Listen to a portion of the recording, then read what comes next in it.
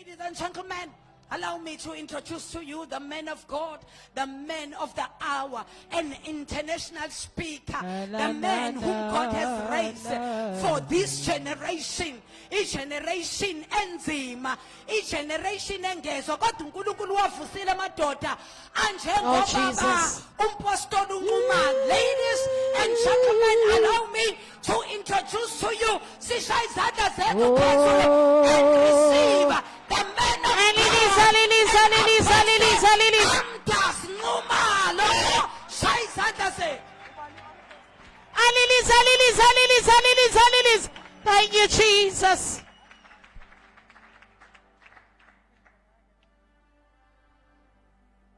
Glory, glory, hallelujah. Glory, glory, hallelujah.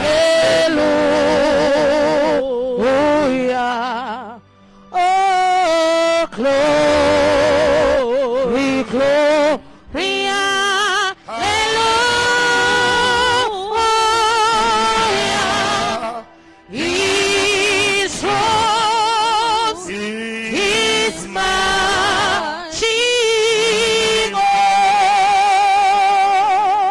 Sibonga wena uNkulunkulu odumisikayo ebusuku.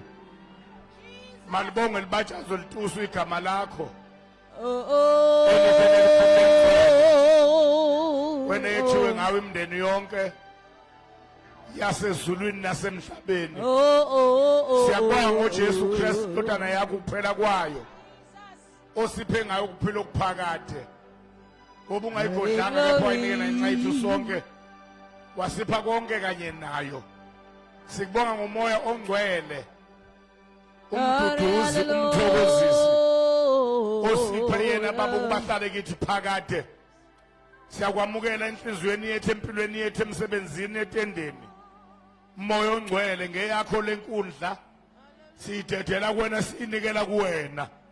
Khazimisa uNkulunkulu ubaba kulenkonzo na kulenkundla ngezwi nezwi lomyalezo alithumileyo. Kuba nguye othuma izwi lakhe abakhulule ngala abantu bakhe emathuneni abo. Ebusuku selithumile, ubelithumile izolo ebusuku, walithuma ekseni, uzolithuma kusasa ekseni, alithuma entambama kusasa. Usuku nosuku kuze kube yisonto ekseni uyalithuma izwi nezwi alithumayo. Moya ongcwele khulula ngala abantu, ukhiphe ngala abantu emgodini nasemathuneni abaphoseke kuwona. Ngegama lika Jesu Kristu kushafiswa onke amacebo nezibonaniso zabaprofeti bamanga. Wena wenza abaphuli bahlanye, uchithe onke amacebo omubo wenze ize. Bembathi ihlazo nokujabha bonke abamelene noJesu, naba yimpi kuye, naba yimpi kwabangcwele bakhe. Ihlazo nokujabha kube yisembatho sabo nesikubuzelo sabo sobuso. uNkulunkulu ophakeme phezulu kwamazulu, inkazimulo yakhe phezulu komhlaba wonke. Moya ongcwele siyakudedela phakathi kwethu. Sithi moya ongcwele singcwelise. Sithi moya weqiniso siholele kulo lonke iqiniso. Sithi moya wenkazimulo sembathise inkazimulo yakho. Asifuna ukuba sifunyanwe sihambaze. Moya wenkululeko sikhulule ngamandla akho. Moya womusa simatise ngomsa wakho.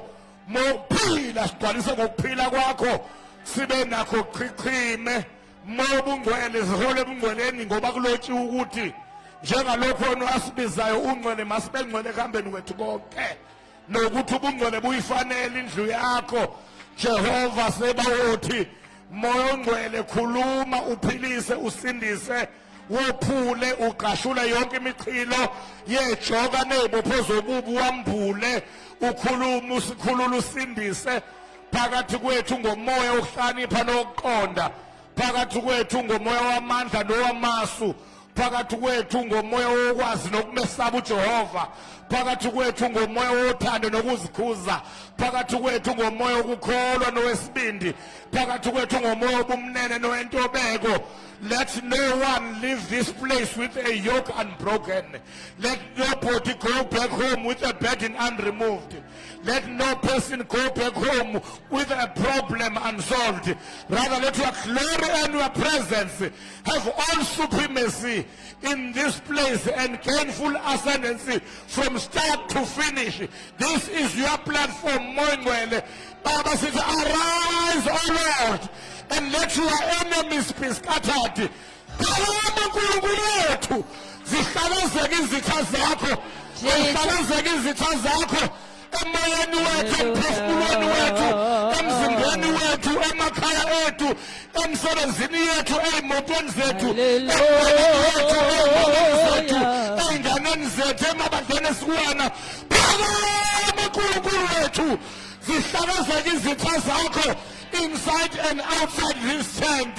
Ngegama likaJesu Kristu, khazibonisa indodana yakho uJesu Kristu ebusuku, khazibonisa indodana yakho uJesu Kristu ebusuku, khazibonisa indodana yakho uJesu Kristu ebusuku, khazibonisa indodana yakho uJesu Kristu ebusuku, khazibonisa indodana yakho uJesu Kristu ebusuku, khazibonisa indodana yakho uJesu Kristu ebusuku. In the name of Jesus Christ of Nazareth, it is done. Take up a kashiran. Take a time. Break up a kashiran. Jesus. Break up a kashiran. Irele rebeko toroboshiran.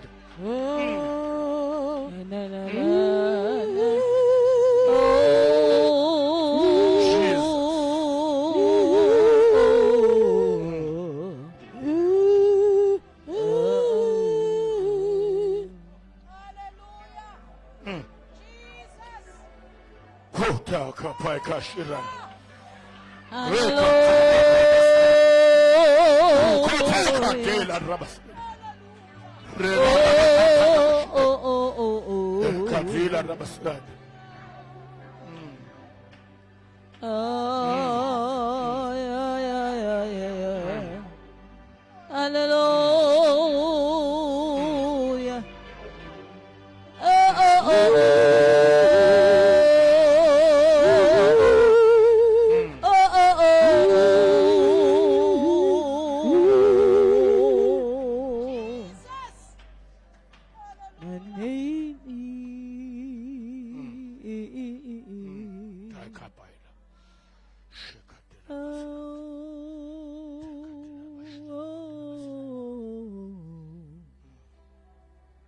Thank you, Jesus. Hallelujah. Hallelujah.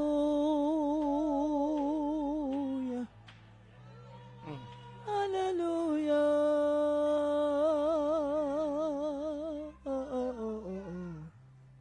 Thank you, Lord. Thank you, Lord. Thank you, Jesus.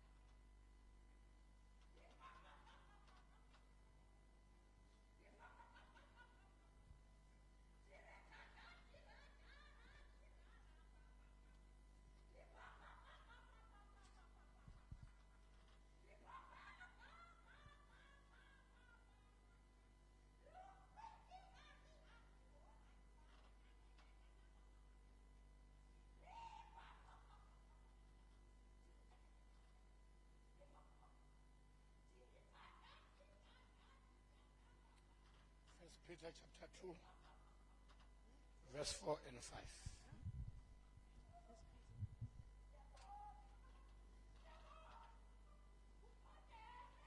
First Peter chapter 2, verse 4 and 5.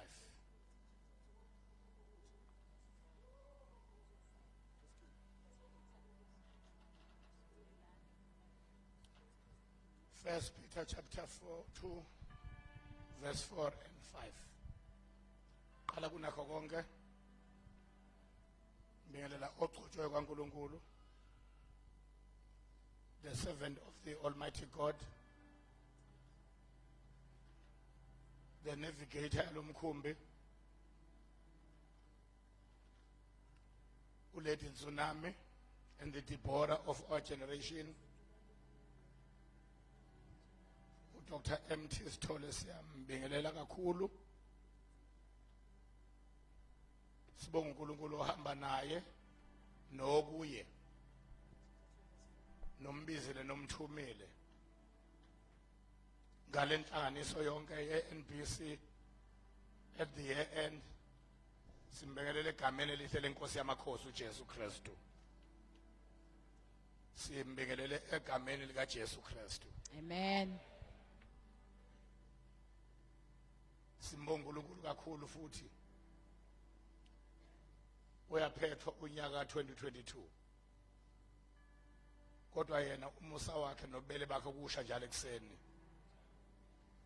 nokuthembeka kwakhe uvezile kwazo kwabala. Praise the Lord. And usazokuveza ngisho nangolo remaining few days and few weeks walo 2022 usazoqhubeka veza ukuthembeka kwakhe. Alibonge igama lika Jesu Kristu. Sibingelela abafundisi bonke onyawonhle wabahlezi phambili. Sibona umpostoli kwababambatha.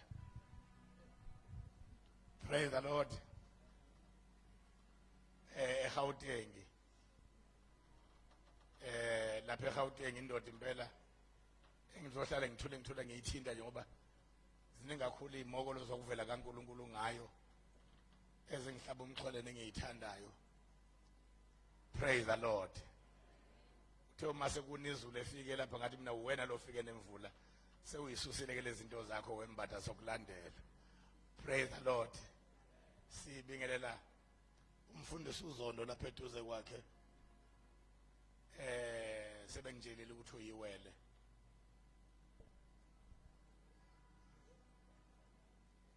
Wena no dadweni kuthiwa ngamawele. Yithi sodwa abantu nina ngamawele weZondo. Abantu yithina. Sibingelela umfundisi uGumede, abefundisi lapha enye impandla efanele kaZondo ubaba umfundisi uNxumalo. Sembingelela nempandla yakhe nomfundisi uMzizi ngoba umfundisi uzikalala. Kodwa abanye abafundisi ke ngabanje engathelwa ngamagama abo ngawatshelwa. Ngicela ukubabingelela bazi kahle ukuthi uba ngeke ngawathola bengizowabiza. Ufuna ukuwazile ukuthi uba bengeke ngalithola mfana wami bengizokubiza ngoba akho gama bezoleqa la. Praise the Lord. So ke sibingelela ke bonke ogogo nomkhulu. Siyababingelela nezibuko zabo. Sibingelela obaba nomama. Nabo bonke abafisayo one day kuba obaba nomama nabo siyababingelela. Insizwa nentombi, abantwana abancane bonke, oTipot noTeaspoon. Sibele nabaseyiswini uma kwenza ngoba kukhona namanje intambama enibaphethe ngezisu nabo siyababingelela. Ngegama lika Jesu Kristu waseNazaretha. Ngithanda ukufunda lapha. First Peter chapter 2 verse 4 and 5. Ithi sondelane kuyo iyitshe eliphilileyo elinqatshwe ngabantu, kepha kuNkulunkulu likhethekile liyigugu. Uverse 5, nakhiwe njengamatshe aphilileyo nibe yindlu yokomoya, ubupristi obungcwele, ninikele ngemihlatshelo yokomoya eyamukelekayo kuNkulunkulu ngaye uJesu Kristu. uverse 4 sondelani kuyo iyitshe eliphilileyo elinqatshwe ngabantu nakhiwe kepha kuNkulunkulu likhethekile liyigugu nakhiwe njengamatshe aphilileyo. Here we find uqhubeke nokuyidlala kodwa uyehlise kancane neziboko zakho uyehlise kancane unalokho singathi ngiyanotice ukuthi nawe ngibona abanye nawe la iduzane befuna ngiqale ngawo yazi ngakuvumbulula uyehlise futhi kunalokho yeah yabo nje ubudlala ngaleyo level nje mina ngiyakuzwa njengoba ngikuzwa ngilapha nje okwazi kahle ukuthi ushayile futhi awukazi ushaya kanje silokhu wazaka yaqala nje nxa ukushaya. Praise the Lord. Sithola lapha uJesu ebuzwa ngegama elingelinye lamagama aqale ubizwa ngalo emva kokuvuka kwabafileyo. Ephila ehamba nabo abafundi bakhe akazange abizwe ngetshe. Alilodwa leli gama elimlinde waze wafa wavuka kwayimasa livela lebizwa ngalo akhonyana wona elinye livela lapha kuSambulo chapter 1 esethi zisho yena ethi ngingu alpha no omega. Lelo akazange ayibize ngalo yonke imihla ehamba ephila nabafundi bakhe livele esefe wavuka. Alibonga igama lika Jesu. Elinye livela ku 1 Corinthians chapter 15 ebizwa uPaul ngoAdam wokugcina. He calls him the last Adam. Alibonga igama lika Jesu. So sinamagama aye abekwa areservwa uJesu akangabizwa ngawo waze wafa wavuka. Uma isevukile kwabafileyo ayesiyavela lamagama. Elinye lawo yileli lokuthi uyitshe eliphilileyo. He is a living stone. Shout hallelujah. One thing about Jesus, akabizwa ngegama elithile uJesu mahala. uJesu ma ebizwa ngegama ubizwa ngegama ngokwalokho yena akwenzayo ekuhlangabezaneni nesidingo sabantu esimayelana nalelo gama. Ngamanye amazwi uqhamuka ngegama ngokwesidingo abantu abanaso ngaleyo nkathi. Akuvele nje uJesu aqhamuke negama for the sake of showmanship. Ilento beyengenandaba kangako nokushow offer uJesu. Yingakho wayizasho lapha ku Matthew chapter 11 athi fundani kimi ngimnene ngithobele ngenhliziyo ngoba indaba kama show offer iyona ntangenayo. Uma eshigama wayisuke ngashow off uma esho igama lakhe wayesho into uNkulunkulu ayibeke kuyena ekwazi ukuhlangabezana nesidingo sabantu ngokwaleyo nkathi. Ebese evela ngalelo gama ke engohlangabezana leso sidingo. Kwalona nje leli lika Jesu. Leli nje lika Jesu. Lamlinda engakazalwa wathi phuma esibelethweni wayiphumela kulo. Alaziwe ezulwini laziwa la emhlabeni. Into eyenza ukuthi lingaziwe ezulwini ukuthi akulona lasezulwini elala emhlabeni. Igama elithi Jesus, it means the savior. Uma savior, isavior isebenza la kunezono khona zila emhlabeni azikho ezulwini.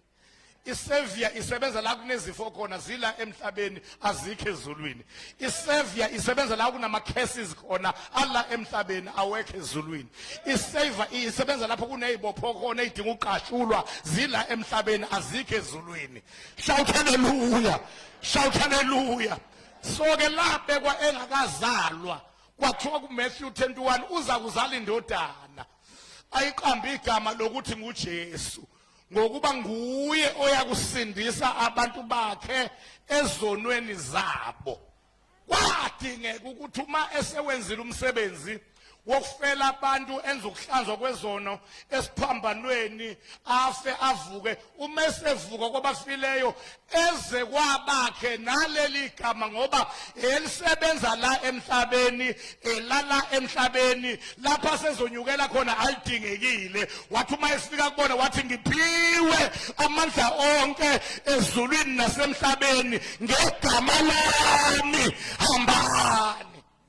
Sizahamba ngalelo gama namanje ngoba akukho kushoti esikuthola kulelo gama uma ulibambe kahle wamkholwa kahle. Leli gama lelekelwa nangophondo lokuqhatha lenele. Leli gama awulekeli nangomuthi wokuphalaza lenele, alelekelwa nangomsamo lenele, alelekelwa namagobongo lenele. Leli gama alikho igama eliphalisiwe emzulwini nasemhlabeni kuphela igama likaJesu. Ukuze ukuthi ngaleli gama likaJesu onke amadolo aguqe nazo zonke izilimi zivume, akasezulwini phezulu, akasemhlabeni phansi, akasemazini phansi komhlaba, konke kuguqe kuleli gama. Hallelujah. Hallelujah. Hallelujah. Hallelujah. Hallelujah. Hallelujah. Kodwa indaba yethu ilapha ekutheni sondelani kuye uyitshe eliphilileyo. Sizombheka ke ukuthi leli lika Jesu lisho ukuvela kwakhe kubantu ngesidingo sokusindisa abantu ngoba ungumsindisi. Lento egama uNkulunkulu into enkulu kuye uma ngimbuka. Ngoba namongcwele lo umongcwele la emhlabeni ezulwini akaziwa njengomongcwele. uJesu ezulwini akayena uJesu, ezulwini nje uJesu akayena uJesu futhi akadingi ukuba uJesu. Ezulwini uJesu ulizwi.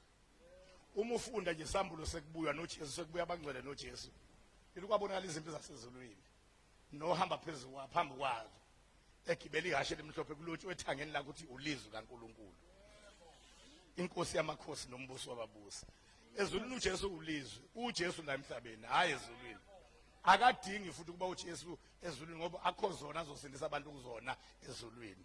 Phela kumele abe uJesu lapha azosindisa khona akho umuntu adinga ukumsindisa ezulwini.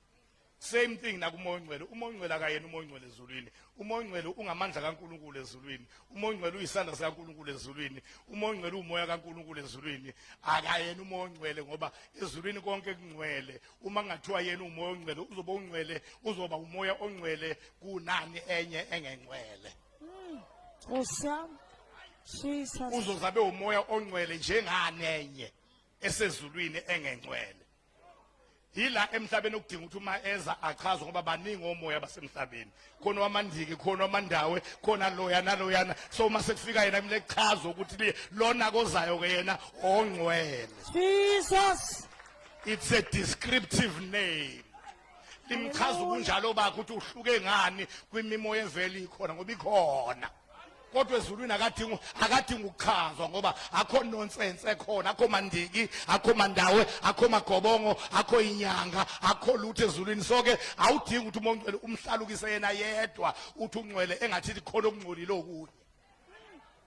Jesus. Shout hallelujah. Hallelujah. uJesu uzibizile yena. Futhi ukwenze lokhu kwelika evangeli, okwelika John evangeli. Wasibiza ngamagama azafika kwa-7. Njalo uma wayebiza wayengakhukhumali noma wayengaphosti nje ngoba abantu bayebenze noma bene attitude njalo uma beyibiza ngamagama. Umuntu ngamuntu uyibiza ngemagama ekusukela nje ekutshela ukuthi ubani yena okwazi kanti sekuvukela ukukhumala ngoba umoya lo we self raising ungathi awugcini kula makhekhe laswabhakayo engathi ubuye unyukele nakuphela nasenhlizweni zabantu. Ungathi kuneyikhukhumali nje ikhona enhlizweni kubantu. Praise the Lord.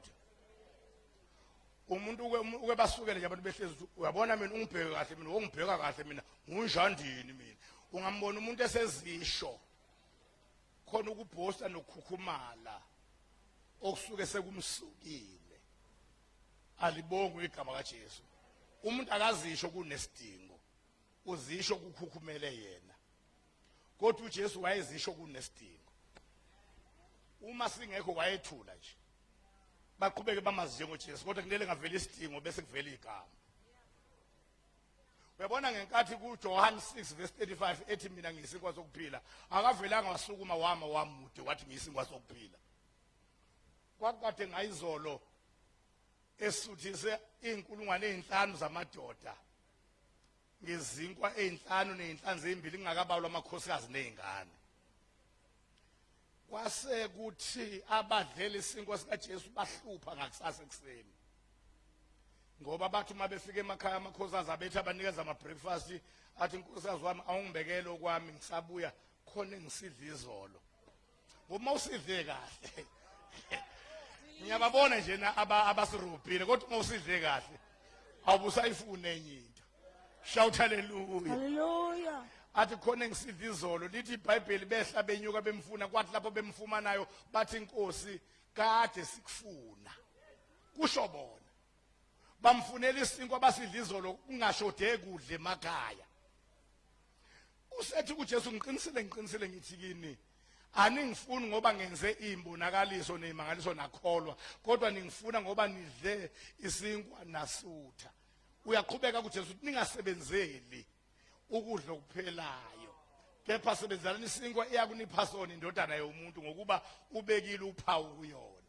Bamuzwa ukuthi useyasondela kulento bebemfunela yona, nange siqala ukukhuluma indaba zesinkwa bathi bethu kuyena wenza sibonakaliso sini ukuba size sikholwe nguwena, ngoba kulotshiwe ukuthi uMose wabanika imana ehlane badla, wena ke wenza sibonakaliso sini ukuze sikholwe nguwena. Uthi kuJesu ke ngiqinisile ngithi kini akuyena uMose owabapha imana ehlane, kepha uNkulunkulu yena onipha isinkwa esivela ezulwini.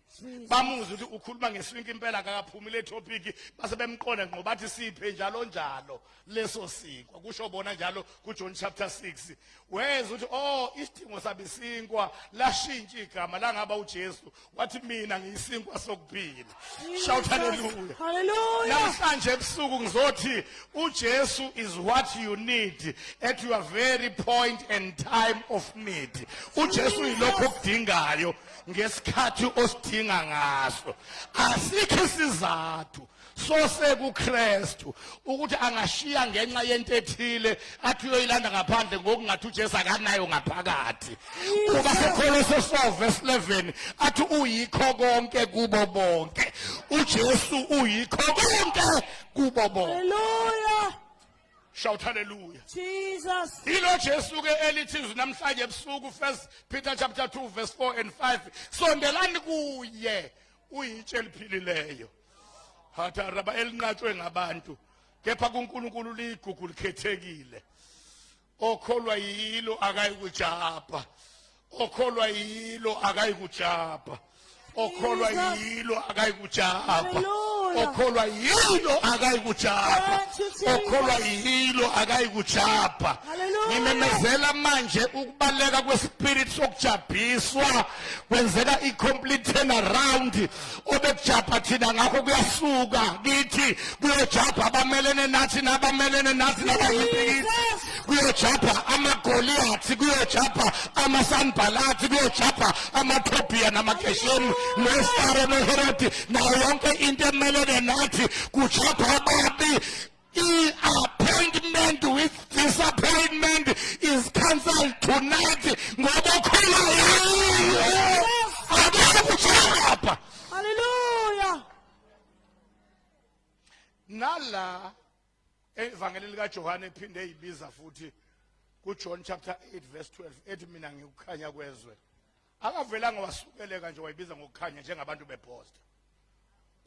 Kwasuka abantu bezenkolo abaholi njalo labo babamba wesifazane engicabanga mina babembambe nandodathile bayiyeka indoda yabaleka ngoba inejubane noma bayithethela ngoba bebona ukuthi izobanikeza isondlo bazokondleka ngokwenele. Amanye amadoda aqatha phandle la usayibheka nje uvela ubona ukuthi hayi la kuyadliwa la kuzophakwa. Praise the Lord. Angiqondi ukuthi khona kuphi kodwa baletha lo sifazane umthetho ube usho ukuthi ababanjwe oqotsheni lokuphinga bokhandwa ngamatshe bona bangaletha ababanjiwe baletha obanjiwe, okuyinto okungelula ke ukuthi ungayenza wedwa lento yokuphinga ngaphandle uma iqophelo lakho nawe seliphezulu kakhulu. njengale mshini abayiyele izitolo namhlanje iyabenza babe busy nabo uthothi ubusy nawe laba abantu be deliverance yabakwazi lokho ukuthi khona abantu enelokhu nenza ama deliverances kanti nabo badinga ukuthi adeliverishwe ekuthandaneni naye ngoba umyeni wakhe uye noma kodwa wakhe uyena kune deliverance okumele yenziwe nje lapha ekwenzeni zonke izinto naye angifuni ukuyichaza le onendlebe makenze. Praise the Lord. Ngicela ukukusiza wemuntu okholwa usindisiwe ungazami impilo engcwele ukuyenza ibe i-reputation nendlela obhekwa ngayo abantu kanti ungenye into ngasese. Never try. Ngoba account lokho esikubona ngakho ngoba asikhumbuli nakukhumbula ukuthi uyini. Okukhantwayo yilokhu oyikho phambi kwaNkulunkulu ngoba yena ukhumbula mihla yonke ukuthi wena uyini. Thina sahlukana nje lapha sesikhohlwe ukuthi sike sabona wena. Kodwa uNkulunkulu okubona njalo kuyacounta lokho uyikho phambi kwakhe. So iyeke le game oyidlala yokuzama ukuthi ube okunye phambi kwabantu kanti ngasese ungokunye. Leyo game nje vele ukhohlwa yona it does not pay. Khohlwa leyo game leyo. Praise the Lord. Bamletha ke lo sisi base bekhuluma kuJesu bathi lo simbamba oqotsheni lokuphinga. uMosi wasiyala ngabanje ukuthi owenza okusho uyokhandwa ngamatshe. Base besho into enhleke njengayithanda ke noma bona babebhedwa mangibabuka nje labafundisi ngokwami kodwa khonto engayithandayo kubo base bethi wena ke Jesu uthini. Ngithanda leli thuba elincane abalivulayo nje ukuthi bengagcini bethi uMosi wathini kodwa balivule nethuba lokuthi uJesu uthini. Awuthi nguthiphise ebusuku ungavumi igcine ukukhuluma izimo kuwena ukuthi zithini ungagcina ungasezwanga ukuthi uJesu ke yena. Jesus. Ungavumi igcine ukukhuluma abantu bethi ayikho into yokube iyo ugcine ukukhuluma abantu ungasayange office eliphethe wena uyozwa ukuthi kanti wena Jesu ke sebeshila abantu wena Jesu uthini. Jesus. Shout hallelujah. Hallelujah. Ungavumi igcine ukukhuluma umndeni bethi abala ekhaya akwenzeki ukuthi nokuthi akekho untombazana la ekhaya wakwagana akekho wakwagana wangabuye emendweni ungagcini ukukhuluma uzalo lwakini ukuthi kwenzakalani kini ugcina ungasadlulelanga eoffice eliphezulu uyothi sebeshila ogogo nomkhulu no auntie no malume wena ke Jesu uthini. Hallelujah. Ngiyathanda ke le ndaba yokuthi bayivule ifastele elincane lokuthi uJesu azwakalisa ilaka lakhe ukuthi yena uthini. uJesu ke abanye bacabanga ukuthi wamvikela lo sifazana abanye baze bakusho bakugagule nje epulpit bathi uJesu wenqaba ukuthi lo mama ashaywe. Cha ngicela ukukusiza iBhayibheli leli ungalithathi ngalendlela olithatha ngayo. Ungalihlomekeli iBhayibheli akuyona incwadi yokuhlonyekela. uJesu akanqabanga ukuthi wesifazana ashaywe kunalokho yena uJesu wathi akashaywe lo sifazana. uJesu wathi akathole lamatshe abawaphethe akawathole. Kwakulukhuni kokubili kuJesu ukuthi athi akashaywe. Ukuthi akashaywe kwakuzobe kumdayisa uJesu. Kwakulukhuni futhi nokuthi athi akangashaywa. Nakho futhi mayithi akangashaywe still wayezobe kumdayisa uJesu. uJesu wayekusho laba abantu abeze nalo sifazane bemzwile wathi indodana yomuntu ize ukufuna nokusindisa okulahlekileyo. Uma ezothi akashaywe babe ready to oppose him bethi lento obuyisho awukho consistent into oyishoyo awuyiphilela uyimeli. Uthe wena uze ukufuna nokusindisa sewuthi umuntu akafe futhi kunobomsindisa. Yena lo Jesu futhi wayekade ethe ningathi ngize ukuchitha umthetho kepha ngize angizange uchitha umthetho ngize ukugcwalisa. Sebewukhothile sebeqale ngawo. Bathi uMosi wasiyala konje. Wathi umele ukukhanda ngamatshe wena uthini. Bamcuphile umeke wathi akangakhandwa ngamatshe abamthethelele noma bamyeke bazothi wena kade insukwini ezedlule usho manje uthi awuzile ukuchitha umthetho sewuchitha phambi kwethu. Uyabona indaba yakho kade sayibona ukuthi ingamanga. Wabona uJesu ukuthi uma eya ngakwesokhohlo uzogacela uma eya ngakwesokunene uzokhacela. Wavele wangaya kwa right wangaya kwa left wavele wathi angibadedele bamshaya. Laba bantu ngoba bafuna ukumkhanda ngempela abantu bafuna umshaya lo mfazi angibadedele bamshaye. Wathi okay fine lo mfazi lona akashaywe kodwa lo mthetho lona ngoba vele nishilo ukuthi usho njalo umthetho awugcwele ngicela ukuba ngiwugcwalise ngoba uJesu uyagcwaliselana. hayi wabagcwalisela uyabona bathi balwa netha bakazi into abazohlangana nayo uzobagcwalisela uJesu ngoba zihamba nendoda egcwaliselanayo wayesethi kuJesu akashaywe kodwa akangashaywa nomi kanjani. Let me introduce the order azoshaywa ngayo. Aqale ongenasono. Uyabona yayinjani lento yayithi akusuke ongenasono athathe itshe eqala bese kulandela onesono esincanyana kuze onesincane koze kuyovala ngonesikhulu kunazo zonke. Iproblem kwangaba ukuthi uJesu unqabile uthashayo kwaba unumber 1 ongatholakali ngoba akuzoqala nombani kumele kuqala ongenasono yilona ke oqala ongasatholakala. Jesus. Bahlakazeka bonke kusukela kwabakhulu kwaze kwaba kancinyane uJesu eseshilo wathi umama kashaywe. Iproblem lo okumele kuqalwe ngaye ngokwe order akaveli. Igama lakhe ongenasono. Manje le ndoda engenasono ayikho. Kwasuka kusukela kwabakhulu kuze kube kwabancinyane bebaleka bemshiya wayesiyavusa ikhanda uJesu ngoba hey ngiyamthanda uyalivusa ikhanda sewuthi kuphelile ngawe kanti uzolivusa ikhanda. Lo mama wayethi kuphelile ngaye wayesewamejina namatshe azomphihliza wayesezibona eyimejina naye eseyisiqaba kanti uJesu uzolivusa ikhanda. Bisesingene ku-2023 khona ikhanda azolivusa.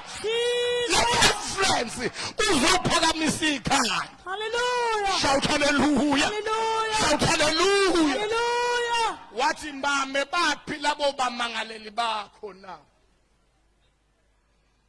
Wathi lo sifazane inkosi abasekho. Wayesesho into engiyithandayo edingwa yibandla leyinsuku zokugcina ukuthi libalansise. Washo into eyibalance engiyithanda kanjani uJesu wathi neither do I condemn you, but go and sin no more. Uma ngakupharaphrasela lento uqola uthi I neither condemn you nor commend you to continue sinning. Iproblem yebandla leyinsuku zokugcina yilena yokuthi kube nomuntu oyibhedela enkonzweni bese kuthiwa bazalwane uMatthew chapter 6 uthi singahlulelani ukuba singahlulelwa. Nimbona nje bazalwane niyazi indaba yakhe yonke kodwa uNkulunkulu samsebenza basho uphethe imic umuntu uyahlabelela. Bazalwane hayi uNkulunkulu akamelene nokuthi amakholwa abhaqazayo nazenzela imkhilungane yawo asetshenzwe awasetshenzwe kodwa wangasetshenzelwa la kwi-mic nase stage nase platform akahlale phansi umuntu esetshenzwa athi mayiseqedile ukusetshenzwa ke usengaza kwi-mic ke musukusetshenzwa kabi ubamba i-mic. Hey thina salidlala ibhola futhi salisupport ibhola ngaba isicila mina selinye iqembu for 27 years ngaliyeka mhlali iwini ixoxeni ngane ngathi awuthi ngiliyeke ngoba ngelisakuphinda lokho namanje akaze likuphinde. Ngakhululeka nje eqilini balelo qembu engangilisupporta ngalisupporta mina ibhola. Ngizokutshela nje simple ukuthi lento ayikho ngishezweni ayikho nasekholweni lento ukuthi umuntu uzomnyangela estage uthi uyamsebenza. Uma umdlale nesenyelo kuphume indabeni nasemaphephandabeni kuthi uzobe ngekho emidlaleni ethile odokotela bakhe bathi akaminyanga ey'ntathu. Yingani hayi uthi ibhola liphumile kuya aliphumile usasetshenzwa ngeke azosetshenzelwa egroundini uzosetshenzelwa laphana uyobuya eseqedile ukusetshenzwa. Ake siyeke lobu bumbulu bokuthi umuntu ngoba unesalary enkulu neminikelo eminingi bese sizomdedela azobamba imic ebhede njalo. Umuntu akahlale phansi neminikelo yakhe emkhulu asetshenzwe anyangwe aze alunge. Hallelujah. Hallelujah. Futhi we should not condemn them. Neither do I condemn you, neither do I commend you. Umuntu angaqhubeki ona bekuthi uyasetshenzwa. Praise the Lord. Praise the Lord. Amen. Futhi akangathi esasetshenzwa abebe busy nokuba active. Phumula nje, phumula nje. Phumula nje resta phumula nje. Phumula ithola ikhefu. Isabatha lelinto ekhona phumula nje. Thatha isabatha nje likhona. Sabatha nje awuvela usabathe. Phumula nje. Uzohlumeleliseke kahle. Ya phumula nje. Shout hallelujah. Uma ethi uJesu nami kangikulahli go and sin no more. wayesekhipha ke kuverse 12 ngoba ukusho ko11 lokuthi go and sin no more. Kuverse 12 wayesethi ngisekhona ezweni ukukhanya kwezwe. Hayi ukuthi uyaqhosha uqonde ukuthi lo mama beseza naye bengathithi uyena yedwa umubi laba bamlethayo balungile. Kanti iproblem bazosuke bezekukhanyeni. La ukuzovela khona kwabona ukuthi banjani. Uma bengafuni ukuvela bekumele bangeze ekukhanyeni. Ngoba njengoba bekuletheke nje bakulethe ekukhanyeni kwezwe. Wathi John 10 verse 9 mina ngiyisango lezimvu kanti uqale wabazwela ebabona benjengezimvu engena emalusi wayesethi mina ngingumalusi omuhle John 10 verse 9 uma semkhombile umalusi uthi uwe wayesethi mina ngiyisango lezimvu ubona nje ubona nje labantwana ecompassion ngabo u10:9 u10:11 okwesi uthe suka kwakushona uLazarus waquthisa nje ngosuku lwesine uLazarus senuka wafika kwaLazarus wakhuluma izitori eziningi uMartha noMaria bethi kuba ubukhona umnewethu ongakafanga wathi namanje ngikhona kwamanje wayesethi nginguvuka nokuphila uma ethi ngikuvuka nokuphila hayi uthi uyaqhosha uqondile into edingwa yile ndoda ifileyo ukuvuka nani nokuphila so ke angikwazi ukuba isinkwa sokuphila ngoba le ndoda ayikwazi ukudla isinkwa ifile abafila badla izinkwa abafila badinga izinkwa badinga ukuvuka mina kule ndoda angisekhona ukukhanya kwenza ngoba umuntu ofila kadinga ekhanya ake niyeke lamakhandlela enwakhanyisa nisindisiwe uma kushonwe emakini ngoba akukho kukhanya okudingwa umuntu ofileyo shout hallelujah either umuntu ofileyo uyamvusa noma uyamngcwaba ahambe miyekele nagoduke shout hallelujah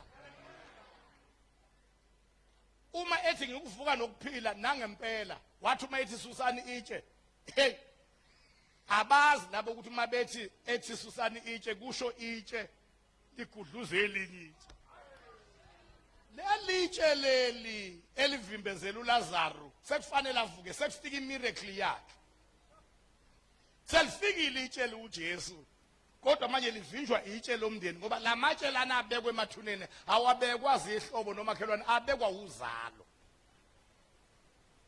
khona amatshe adinga ukugudluzwa ama-miracles esefikile kanti amatshe abekwe abozalo amanye bawabeka ngamazwi amanye bawabeke ngemithi amanye bawabeke ngezifungo amanye bawabeke ngeziqalekiso kodwa namhlanje ngizothi likhona itshe eliphilileyo namhlanje uzophuma kugudluzwe yonke inhlobo yamatshe abekwa ngamazwi abekwa ngobuphakathi abekwa ngezifungo abekwa ngeziqalekiso konke amatshe emkhathini emhlabeni emanzini phansi komhlaba ngiwaqhatha netshe eliphilileyo lelitshe liyanyakaza etendeni ligudluza amatshe liphahlaza amatshe liphahlaza amadala namasha adlala ngokhokho nomkhulu nogogo nobabamkhulu abazibaza bengaboni babhekephi wena kukhona izinto ezivuleka babuyikuhangephi wenza ngani yakuthi uqhamuke itshe lagudluza amatshe namhlanje itshe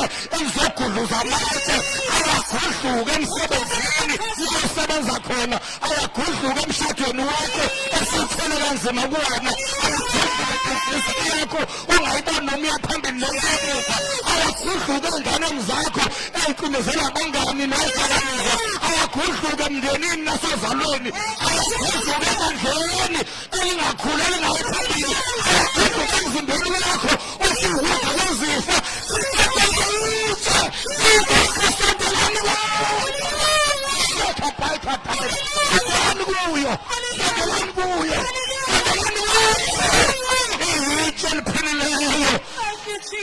Engatshola abantu kepha kuNkulunkulu likhathekile liyigugu akhona yini ayikushapa akhona yini ayikushapa akhona yini ayikushapa so sithi never again never again and you be a victim of disappointment. Lebalelitshe is dealing with anything obstructing your success and progress. Thank you, Jesus. Shake up, I cut out. Hallelujah. Shake up, I Hallelujah. I cut out. Hallelujah. Shenaka Rasai. Hallelujah. Rakapa Katai. Hallelujah. Jesus. Itshe lengatsho ngabakhe. Hallelujah. Sondelani kuyo. Thank you, Jesus.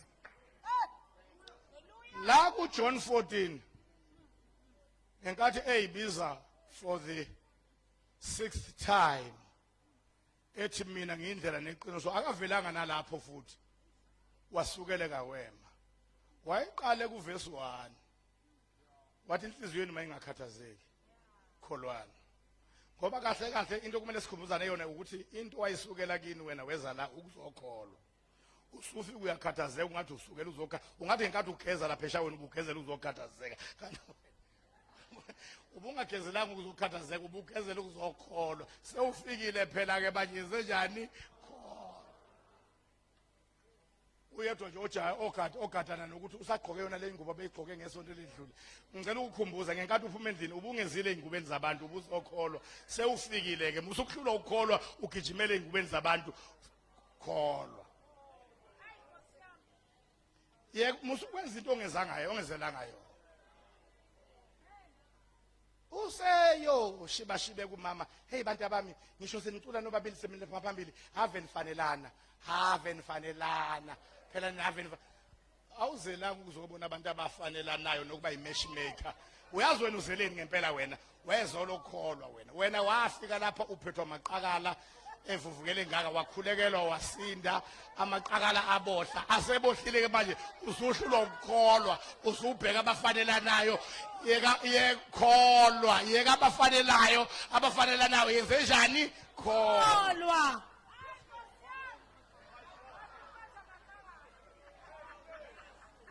Praise the Lord. Shout hallelujah.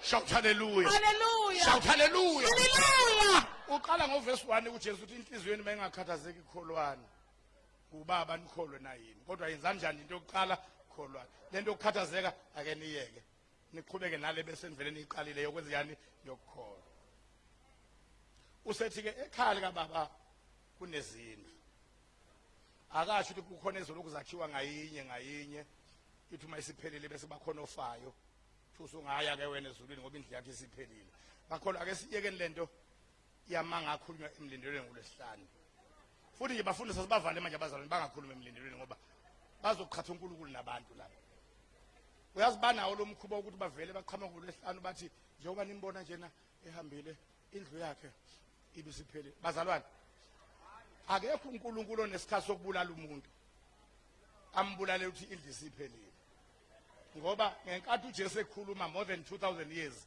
zase zakhiwa zaphela ayizikho ezaqhubeka zakhiwa wathi ekhaya lika baba kunezindlu zase iqediwe nje zikhona wazi wathi uma bekungenjalo bengiyosho ukuthi ngiyondukisela indawo kodwa ngoba ikhona ke ngithi ekhaya lika baba kunezindlu enjani eningi akho inkontreka lapha ezulwini yakwa Greenyeka nakwa Stefan Newton Brezani eyakhe izindlu maqedwe makuphela indlu bese kuthiwa woza futhi lento leyo ukuthi nithi emzini womuntu oshonile kanti uyena mhlawumbe ube yisupporting pillar of the family nithi uhambe ngoba indlu yakhe iphelile izoniqhatha nezingane zala ekhaya ngoba ezinye beyifundiswa yilo muntu igqokiswa uyena zondliwa uyena uma esefa niqhatha uNkulunkulu nalezi zingane ngoba zizobuka uNkulunkulu kabo ukuthi uNkulunkulu angazoqeda indlu kaanti kuyena osifundisayo akaqeda indlu kababa ubaba uyena osifundisayo uyena osigqokisayo njoba kukhona abantu abangasafuni ukuphila abanye sebehudula nangesikhumba uNkulunkulu akagijima ngani waqeda indlu yalo yamkhulu umtshiliba kwayena ongasafuni ukuphila agijima useyiqedelana uNkulunkulu indlu kababa kanti uyena ondlawo kanti uNkulunkulu njani uthuma eqeda lendlu kababa kosale kondlabani webona uNkulunkulu usebukwa kabi ngenxa yamanga akho ubheda nje imakhona ake siyeke ukubheda iBhayibheli ake siyeke ukubheda iBhayibheli akho muntu ofa ngoba kuphela indlu yakhe izindlu zonke sezaphela sokuxoxa nje lokho ngama-factors athatha abantu ngenye inkathi ukuthi yini ngama-factors ethatha abantu kodwa ungavele uqhamuza uqamba amanga uveza uNkulunkulu kabi ukuthi nawe njena ngathi niyakho uma ufuna ukuhlobisa endlini awufika ukhetha imbali esibunile ufika ukhetha lena enhle kunazo zonke efresh ubusukha yona bazobavoshoze ukhe yona ukhe yona ubusuyohlobisa ngayo naye kuNkulunkulu la ekhaya uyibonile yakhe imbali enhle kunezinye useyikhile imbali webazalwane uNkulunkulu anasikhathi sokubulala umuntu ambulalela ukuyodecorate ezulwini. uNkulunkulu akadecorate ngabafi. Sinezulu elihle kabi ungadecorate ngomuntu ofileyo. Ake niyeke nje makholwa, yekani nje lento yenu hamba nofunda iBhayibheli kabusha. Uma niyeke lokho ke senovele nithi ushilo uNkulunkulu wathi nofica ithole lembongolo likhulekiwe lithukululeni ithole. Uma benibuza ukuthi nilithathelani ithole anothi inkosi iyalidinga. Njengoba sihlangene nje lapha kumlindelo ngolwesihlanu sonke singamathole, nawe uyithole, nawe uyithole, nawe uyithole. Manje njengoba sihlangene njena uselibonile leli ukuthi uyalidinga. Kusasa kobe kuyileli, kusasa kube yileli, ngoba sonke ake niyekena amathole.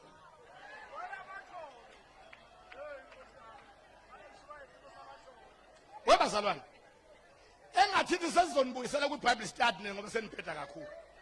Uyazi uma besinifakile iBible study benothini emlindelweni, benothi siyazi ukuthi indlu yethu eyidokodo umidilizwa sinesakhiwo. Benowuyeka wonke lo mbhedo okhulunywayo.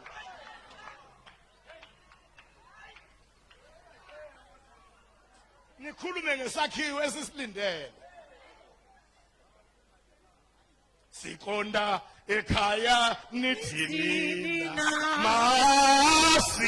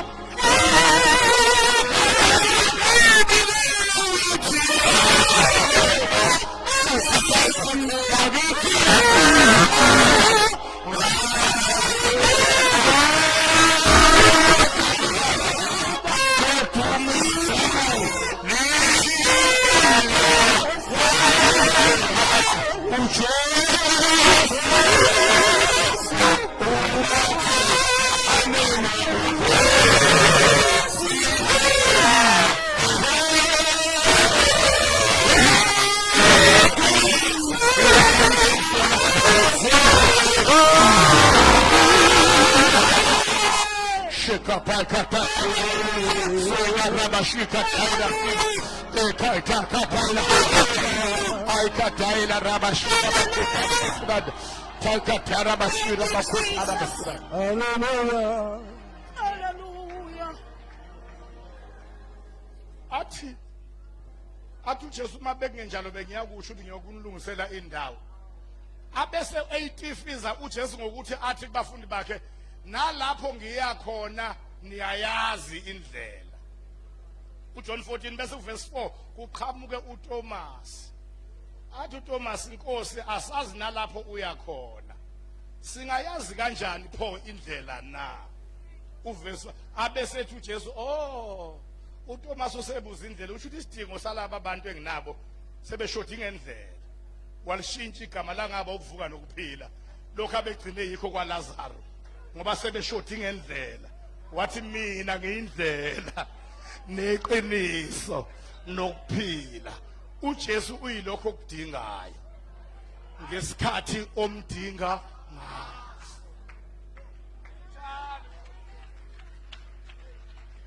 Webantu bami, koze kukhale icilongo lokugcina kuhluthu ibandla ngingayanga kwindoda ethile ezongichaba ingqume ingiphalazise ngoba ngithi ngifuna ingcebo, ngoba uJesu uyingcebo. Isikhathi engidinga ngaso ingcebo. Jesus. Angizothi ngidinga imoto ngiye komunye umuntu ozongiphalazisa, ngoba uJesu uyimoto. Uma ngidinga imoto, uma ngidinga umuzi umuzi. Hallelujah.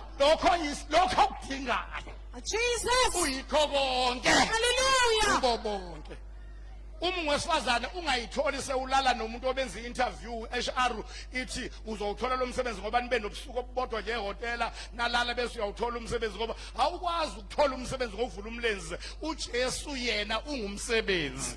Uma loyana uthola ngokuvula umlenze abayivulayo uyezo wakho ozowuthola kuJesu. Thani Jesu sebewuthathile loyana kodwa wena ungumsebenzi. You are the Lord my employment. You are the Lord my success. You are the Lord my victory. You are the Lord my power. You are the Lord my strength. Shout hallelujah. Hallelujah. Ngisho na John 15 uma ethi mina ngiyumvini oyiwona wayengavelanga wasukele kanje. Wayibiza ngomvini. Wayesazi ukuthi useyabashiya kodwa kumele abashiye nje beze badinga indawo yokuhlala. Ubahlelela indawo yokuhlala. Ufuna ubashiya befeli. Wayesethi akabe kubo umvini bona bahlale kuyena njengamagatsha. Wayesethi uma umuntu engahlali kimi igatsha lingahlali emvinini liyanqunywa libune lishiswe ngomlilo. Wayesethi nani uma ningahlali kimi ningeveza ithelo. Uqondo ukubashiya betholelwa indawo yokuhlala.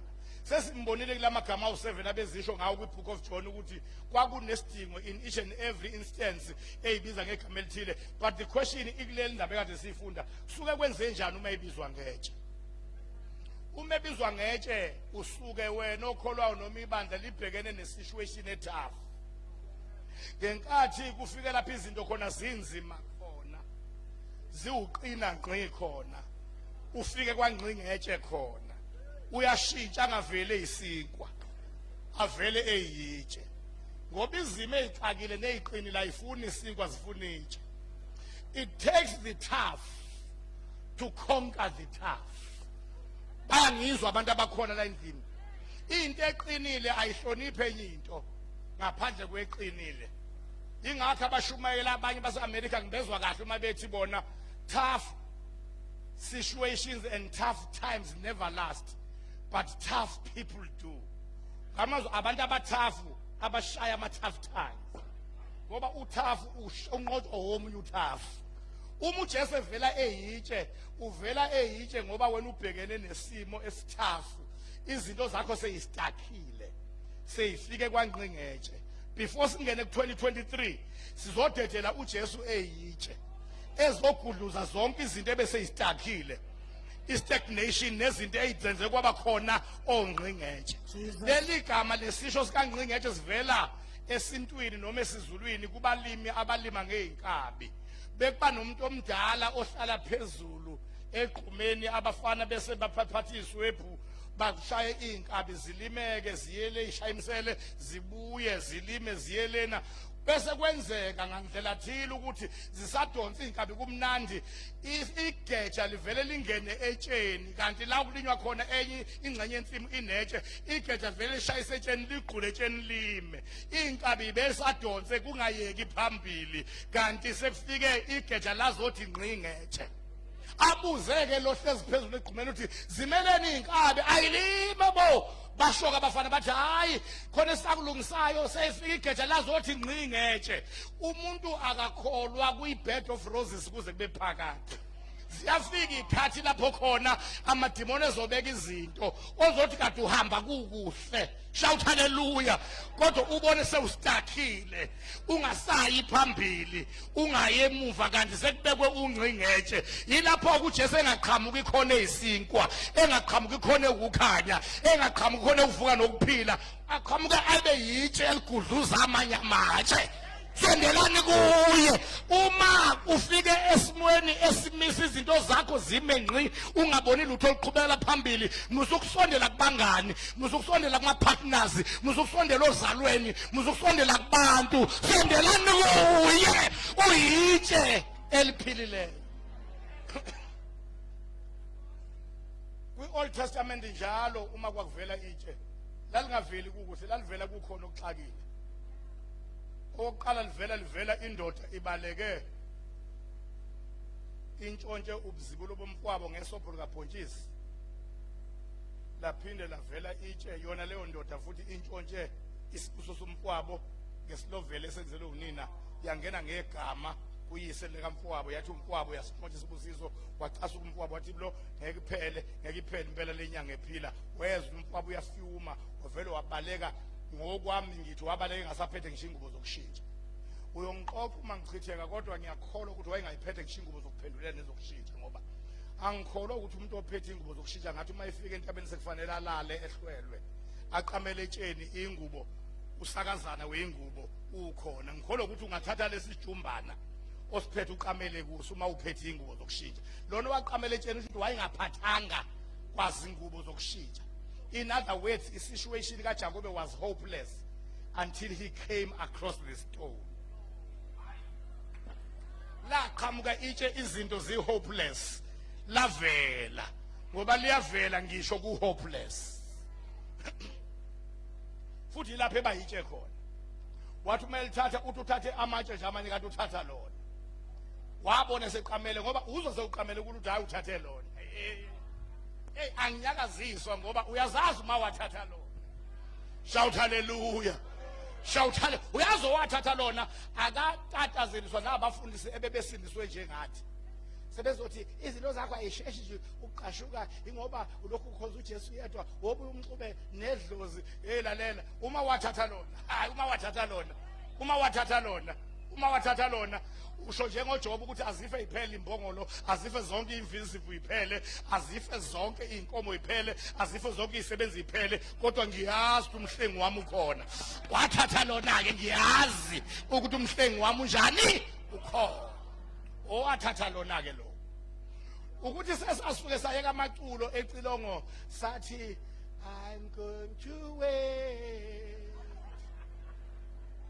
amacilongo bezofundisa ukukholo thina sakufunda thina ukukholo ngoba icilongo lithi thatha konke nginoJesu bese lithi konke okunye indiva kanje ithi koduthando uthando lwakho zelo namhlanje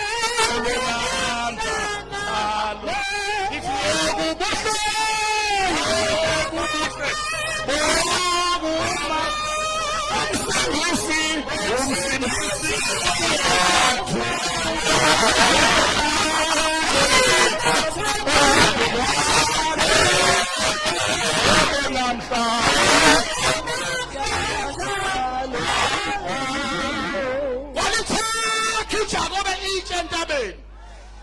uthatha an ordinary stone kanti uthathe lona ngiyakubongela uma wathatha lona ungaliyeki it's too late ukuthi ungaliyeka manje you have gone a long way naleli tshuthi ungazolilahla manje I can't believe he brought me this far to leave me ungaliyeki uma wathatha lona come rain come sunshine uma wathatha lona ungaliyeki sondelani kuye uyitshe elinqatshwe ngabantu uyitshe eliphilileyo kepha kuNkulunkulu likhethekile likho nakhiwe nani bengamatshe aphilileyo wathi uma elithatha wafunde selithathile ukuthi hayi yilo lifikile ngoba uma selifikile khona izinto ekubonakala ngazo ukuthi kufike lona okokuqala nje kwabreakeka kwavuleka icommunication phakathi kwakhe nezulu selifikile ziyabhoboka intambo phakathi kwakho nezulu ngoba selifikile phela ilona lumxhumanisi phakathi kwaNkulunkulu nabantu waqala for the first time kade ebhizi nokuqola lapha kubo eqola umfowabo kodwa for the first time wenza uNkulunkulu ekhuluma engakhulumi nje kwaqala ukwehla ingelosi zenyuka zehla phezulu kwekhanda lakhe bayezwa abantu abakhona la endlini wayesezwa izwi lithi ngiuNkulunkulu kaAbraham wathi hayi umkhulu wami lo ngiyamazi laphinda izwi lathi ngiuNkulunkulu kaIsaka lathi usekubaba ke manje lathi ngiuNkulunkulu kaJakobe wathi nami kanti lelitsheli njani selifake nami kade ngibhizi ngizebela kade ngizebela nje nami sengifakiwe ngoba hayi likufaka wawumkhuthuzi likufaka wawumthakathi liyafaka lelitshe shout hallelujah. Umevuka lapha ekseni uthi yebo ukwesabeka kwale ndawo mina ke bengakwazi lokho ungathi intaba kaJehova wayesenza pledge, wenza pledge wathi uma unganginika isinkwa sokudliwa ngaze ngabuya nezingubo zokuphendulela, wathi yena ngiyokunikeza okweshumi kwakho konke, wathi nalelitshe leli engilifice kule ndaba liyakuba inhloko yendlu yakho. Wathatha amafutha wawathela esihlokweni setshe, ngoba lingakafiki ukuzozalwa emhlabeni, liyazalwa nje seliyitshe eligcotshiweyo, an anointed stone. Shout hallelujah. Walishiya ligcotshiwe. Uma manje bekhuluma ngala abapostoli bathi sakhiwe phezu kwesisekelo, bese bethi uKristu Jesu eyitshe lekhumbi, an anointed stone. Ngicela ukutshela leli tshe ligcotshelwe ukugudluza izimo eseyiqedile ithemba, ligcotshelwe ukugudluza izinto ezenza ufike kwangqingetshe.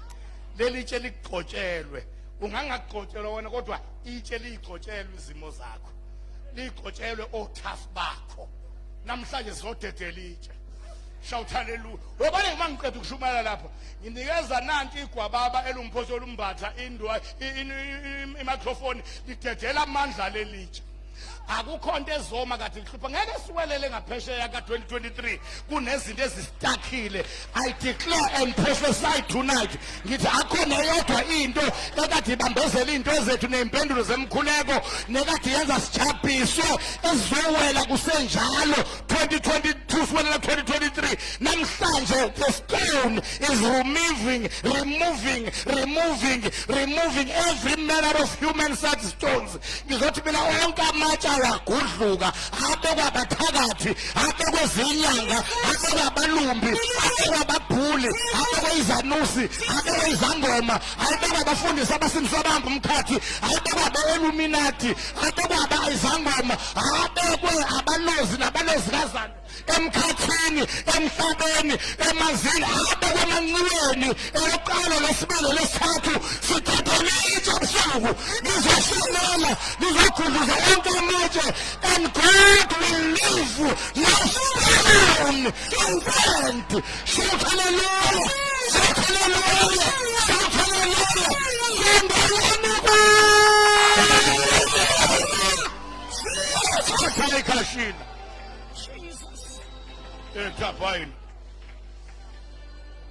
The second instance, indaba yesibili lapho kuvele khona leli tshe alivelanga kukuhle, laqalela ngazeka kusekuhle, kwanele kwabheda lavela. Uyabona lapha yana ku-Exodus chapter 17, u-Israyeli ulwa no-Amaleki. Uma elwa no-Amaleki impi yesibili lena, u-Israyeli efesana nezitha. Eyokuqala yaliwa uJehova yonke, eyesibili iyilwa yibo babili, ilwa uJehova nabo. Eyokuqala yaliwa uJehova yonke, leyokuqala phela abenzanga lutho, kwaba uJehova kuphela. Ingakho ibongo zithi uma esedunyuzwa zithi uJehova indoda yempi, uJehova igama lakhe, ngokuba ihashi nenkweli, ukuphonzile konke olwandle, mikhulu yamangalisa imisebenzi yakho Jehova, ngoba yalwa uJehova yonke.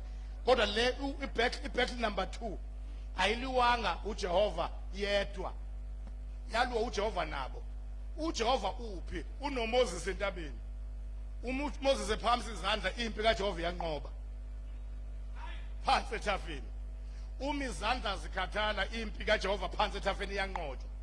Kwase bakhona abantu abanamehlo okubona, ngoba ayafuneka amadoda namakhosikazi anamehlo okubona emabandleni. Kwakhona abantu ababili abanamehlo okubona ukuthi oh, imfihlo yokunqoba ilapha kumholi wethu. Asenyuke siyophamisa izandla zingehli, ngoba uma zike zehla impi kaJehova yanqotshwa. Bakubona lokho sekukhona abantu abafile ngenkathi inqotshwa. Ngamanye amazwi sekukhona inkinga esikhona, sekukhona ingane zemizi yabantu eseyifile after bebona isidingo sokuzophakamisa izandla zencebo. Uma bafika babonthi uAaron angama ngapha, uHure ame ngapha, baphamisa izandla. Uma sebethi badecide ukuyiphakamisa, base berealize enye into ukuthi okay, simele ukuyiphakamisa izandla zakho uMoses, kodwa naye ke kodwa asithi siqambe siyiphakamisa kodwa naye ebehlezi etsheni. Kusho iBhayibheli lami nelakho lithi bathatha itshe waqala ukuhlala kulo, ngoba sekufika uAaron noHure, yonke lenkathi akahlezi etsheni. Kodwa uma sebezomphamisa izandla baqale bathatha itshe babeka phambi kwakhe, bathi akahlale etsheni. Uma esehlezi etsheni lavela leli tshe. base bephamisa izandla zakhe lithi iBhayibheli zaqina yazi yanqotshwa yonke impi amaleki kusukela bephamisa izandla zakhe ehlezitsheni ngoba inkinga zase-South Africa ngey'nceku ziwu-2 eyey'nceku eyidonsa ithwele ujantshi zodwa zingenawo amadoda ayiphakamisa izandla ezingo-Aaron noHuri uthola ukuthi inceku ithwala ujantshi yodwa idonsa yodwa ayinamadoda azoyiphakamisa. Inkinga yesibili ibandla elinamadoda anombono ukuthi inceku idinga ukuphakamiswa izandla kanti naye lo muntu odinga ukuphakamiswa izandla akasahlezi etsheni usehlezi lapha yana emthini yenyanga uhlezi kwi-motivation uhlezi emagobongweni uhlezi kwenye inyakanyaka nje baphamisa izandla zomuntu kanti kwayena lo muntu abaphamisa izandla zakhe akahlezi etsheni ngoba sebekhona nasey'nsukwini zokugcina abafundisi asebesukile etsheni.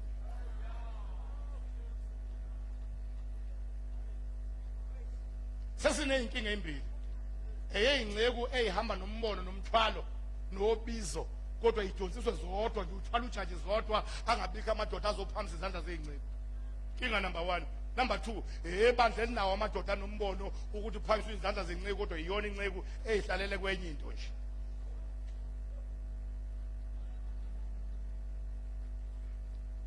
Sekukhulunywa into eyodwa yokubhostela amakholwa kuze yophela unyaka phakama mkami bakubona. Abantu bangena baze baphume bedle ukuphakama komkakhe. Look at my car. Look at my house. Look at my business. Look at boze babuyele emuva bengadlanga lutho kulanjiwe ubhizi uphakama mkami bambona. Aphakame ke naye nenzipho ezimpendo ezazafa kwinkanyezi.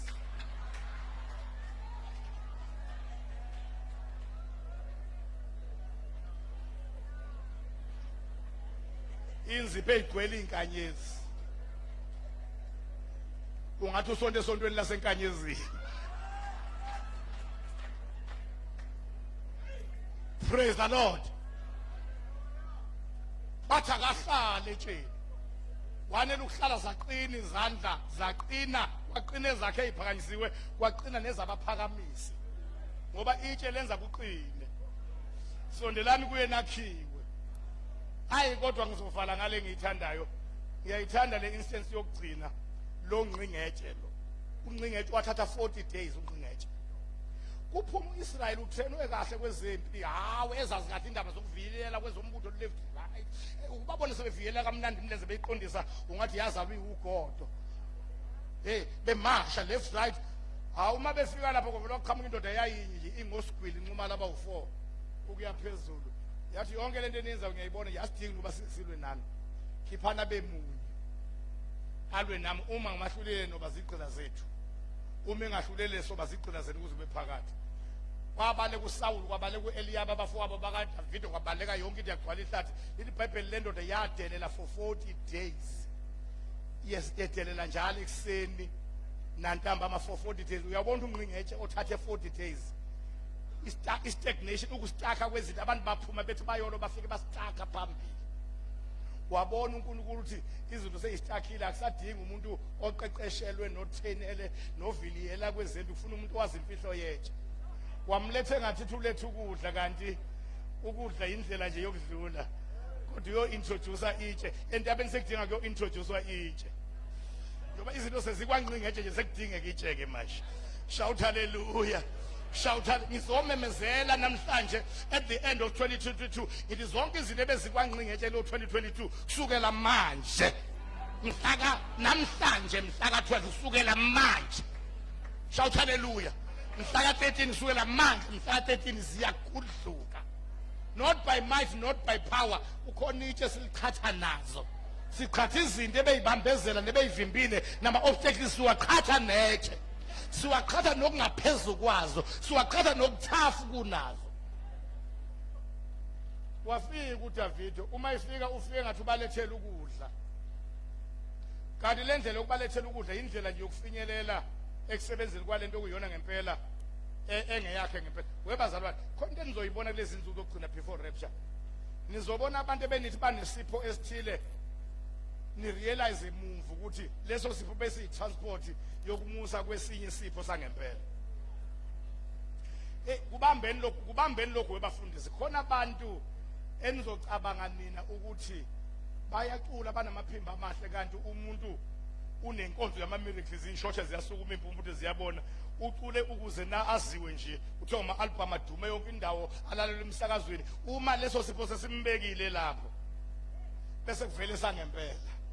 uDavide wafike lapha njengocaretaker onakekela abantu nje abalambile angithi ubelusa nalapha uyelusa nangapha uzobanikeza ukudla uyalusa nje ngale endle uyalusa nalapha wacaba kwangathi uzaqhuba nesipho sokwelusa kanti sizofike sime lapha kuthathe over esinye isipho se-warrior esabanikile ukudla wavela uGoliath wathi mememeza yathi savuka isipho okuyisona ngempela atransportelwe kuzo. Uyazi uma umuntu eCape Town umbuza ngalo ukuthi uhambe kanjani uzothi ufike ngebhanoyi akabe sasho ukuthi before athathe ibhanoyi kunemoto emtransportile yambeke airport wafike airport wathatha ibhanoyi ngamazwi imoto ibe yitransport emusa kwenye transport khona ama-gift ayi-transport emusa kwenye transport khona abantu enizothi abashumayeli kanti iy'shosha ziyasukuma iy'mpumputhe ziyabona lokho ebenikwazi ngaye bekuyi-transport emusa kwenye i-transport. I prophesy ukuvela kwama-gift acashile kwabadala nabancane abafundisi nabazalwane abala endlini abakhona nabangekho ngithe South Africa let the gifts, let the real gifts, let the true gifts show up.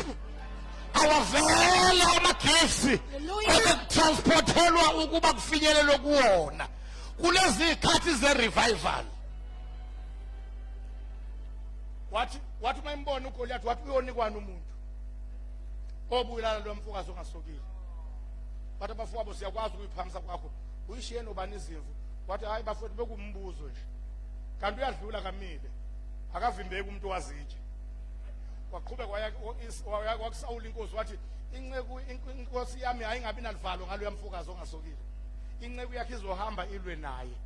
Wakhowutha kuSawuli wakhowutha awu bakithi uSawuli bandla wakhowutha uSawuli wathi hayi ungali uyolwa naleyo yamuntu loya muntu waqala ukulwa esemncane waqala ukulwa izimbe esemncane wena ngeke ulunge wena ngoba usemncane nje uyabona lento ayisho uSawuli xa umuntu uyamvimbela kanti uyamvumela kahle kahle uthi lo muntu waqala ukulwa izimbe esemncane wena ngeke ulunge ngoba usemncane uqonda umtshele ngaboni ukuthi isikhathi sakho ke sokuqala ngoba nalo waqala emncane nawe usungaqala weza uDavid okay khona okushaya amanzi lapha ake ngiyeqela inkulumo wathi mayiqeda ukukhoda wathi uDavid nami inkosi yami lapha ngizalusila izimvu zikababa ngelinye ilanga waqhamuka ibhongo lengonyama lathatha elinye lamawundlu ezimvu ngalibamba ngalidwengula kwathi ngolunye usuku waqhamuka ibhere lathatha elinye lamawundlu ezimvu zikababa ngalibamba ngalidwengula wayesiyakhoda wathi uNkulunkulu obenami ngibhekene nengonyama waba nami ngibhekene nebhere uyakuba nami sengibhekene nalo yamfokazi ongasokile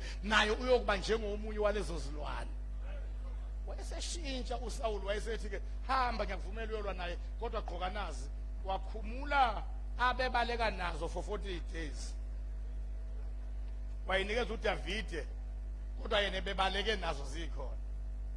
uDavid wayibona ukuthi okay i-prophetic part yalenda ngiyithathe vele ube inkosi ngagcotshwa ephila ngagcotshela ukuba inkosi manje usekhumula ingubo zobukhosi uyigqokisa kumina ephila angivumi ukuyigqoka kodwa ngizukulwa nazo zakhunyulwa uSawuli zaqoka uDavide yagcwala iprofesi ukuthi ubukhosi buzosuka la buze la uthi uma iqeda wayesethi hayi ke bengakayilingi wabeka eceleni ngoba i-prophetic act seyenzekile wayesehlele ezansi emfuleni waxosha amatshe abamahlanu abushelelezi elilodwa nje lalenele waxosha lalinye wathi uMongcwele xosha namanye amane futhi ngiyabathanda abafana mabeshumela bethi lamatshe amahlanu asho uJESUS ngivele ngibakhuthaze mo ngithi hayi qhubekani bafana iyashaya lento yeni sesibhabhadisa inqwaba ngalento yeni yamatshe amahlanu sibhabhadisile ngalento yeni yamatshe amahlanu so nje anginiphikisi qhubekani kodwa mase sisodwa ngokutshela ukuthi lawo matshe kwangeyena uJESUS masisodwa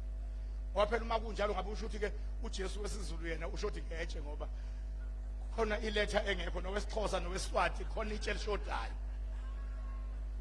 Uma ufunda iBhayibheli kwi2 Chronicles uthola ukuthi uDavide esaba inkosi khona abafowabo abaGoliath abawu4 ababekhona belwa naye uDavide omunye wabo uDavide wantumazela phambi kwakhe waze wabulawa uJonathan waseBethlehem emude njengabo bonke laba babe u4 bafa sekubusa uDavide. Ngabe mazwi wathi uma uDavide ethatha itshe lodwa wathi uma ungcwele leli elika Goliath, this is enough for Goliath. Kodwa thatha lana ngoba kunabafowabo naye abathe njengaye. Wena uzoshaya the first giant ngaleli itshe. When another giant rise, every giant will get a stone. Ngizothi namhlanje yonke situation inetshe layo, yonke inkinga uzobhekana nayo inetshe layo, sonke isimo sinetshe layo, sonke isifo sinetshe layo, konke okuxakile kunetshe layo. Namhlanje sithethela amatshe, siwadedela emkhathini, siwadedela emhlabeni, siwadedela emanzini phansi komhlaba, siwadedela emakhaya, siwadedela emsebenzini, siwadedela kumakhelwane enorth, east, south, west, siwadedela imotweni esihamba ngazo, siwadedela emabhizinisini, sithethela amabandleni. Yonke into ebisihluphile nebisivimbile nebisidale istakha nestagnation iyakhudluka. Sondeleni kuye. Hallelujah. Enqatshwe ngababa. Hey, wathi maselibambile, uDavide walizwa ngoba hey uma usubambile uyalizwa. Hey awulibambe manje uzolizwa. Namhlanje ebusuku ilona lo akabamba itshe lakhe uzolizwa. Bamba itshe lakhe uma usulibambile uyali sizojikijela namhlanje manje azojikijela. Ilona lo walibamba itshe wayeka uGoliath esekhokha ethi ngiyinja yini ukuba uze kimi ungaphethe lutho. Ohlala kancane uDavide ngaphansi wathi hey uthi angiphethe lutho. Uthi uyayizwa kodwa lento engiyizwayo lento engiyiphethe uthi angiphethe lutho. Wathi ngizokunquma ikhanda lakho odliwe zinyoni. Uthe uma eqeda kwasho uDavide oyizwa into ayiphethe ngoba woyizwa into oyiphethe. Woyizwa into oyiphethe. Wathi uDavide wena uza kimi ngomkhonto nengcula nejosi, kepha mina ngiza kuwe,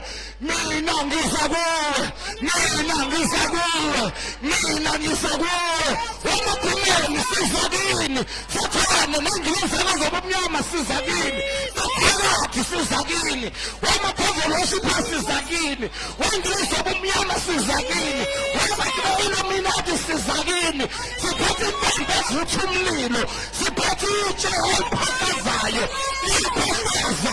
Ingilosi zikaNkulunkulu ziyaphahlaza ngaleli tshe linye display inkulungwane, zimbili display ishumi lenkulungwane, zintathu display ikhulu lenkulungwane, zizine zidisplay isigidi, zinhlanu display ishumi legidi, ziyisithupha display ikhulu legidi, ziyisikhombisa display ibhiliyoni. Ukuphahlaphahla running bayaphahlaza,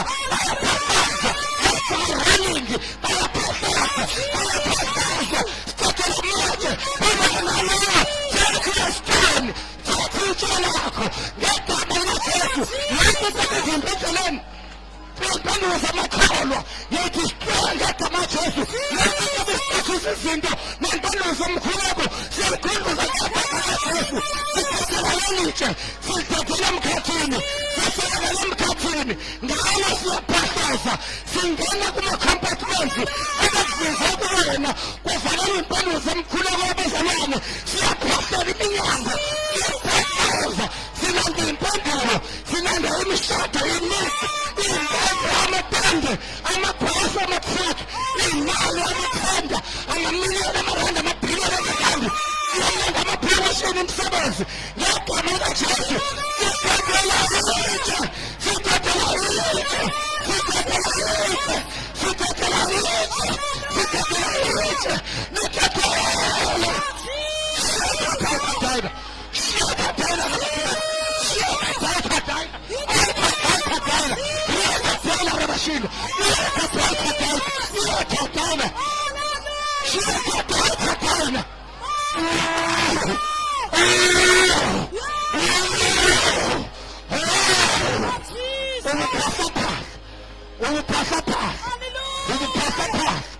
intombi phendu ayavutha umlilo, idlalobi yaqothula nangena mphathwana igwabana,